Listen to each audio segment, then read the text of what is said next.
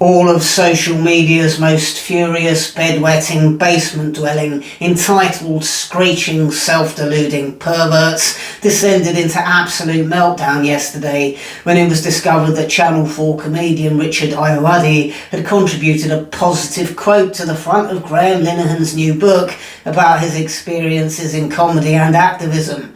Not surprising, really, when you consider Ayoade was fortunate enough to be cast as the co-lead in Graham Linehan's sitcom The IT Crowd for 4 series. Seems like basic common decency. Unfortunately, there's not much of that about these days, is there? Hilariously, the enormous spiteful pile-on from these mostly anonymous militant trans activists only served as highly effective PR for Linehan's book, which shot straight to number 2 on the Amazon bestseller list. Some positive news for a man who's been disgustingly treated by a very cowardly UK comedy industry. He was shunned by people in the comedy industry who'd built a career and made themselves a lot of money off the back of his talent, displaying an absolutely vile lack of loyalty and integrity. And what was the big crime Graham Linehan committed to warrant such appalling treatment?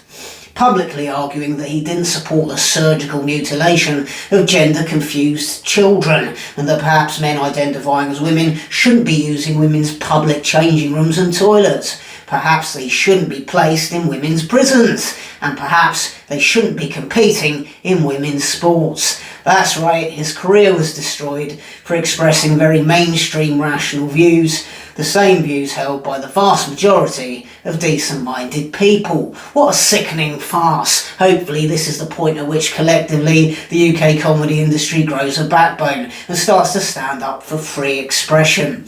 Hopefully this is the point at which they stop standing idle as a hugely accomplished colleague is absolutely destroyed by rancid militant ideologues. Hopefully this is the point at which the comedy industry remembers that the forum of stand-up comedy is exactly the place where individuals should be able to freely explore ideas, even if they're unconventional, controversial or offensive, without being persecuted out of their livelihoods. Isn't that what comedy's for? A release valve for people to say and hear the things out loud that we're all thinking, but somehow not allowed to express in any other walk of life. Isn't that the ultimate barometer of freedom? It's not really the artists that offend us we need to worry about, is it? It's the people that are trying to silence them.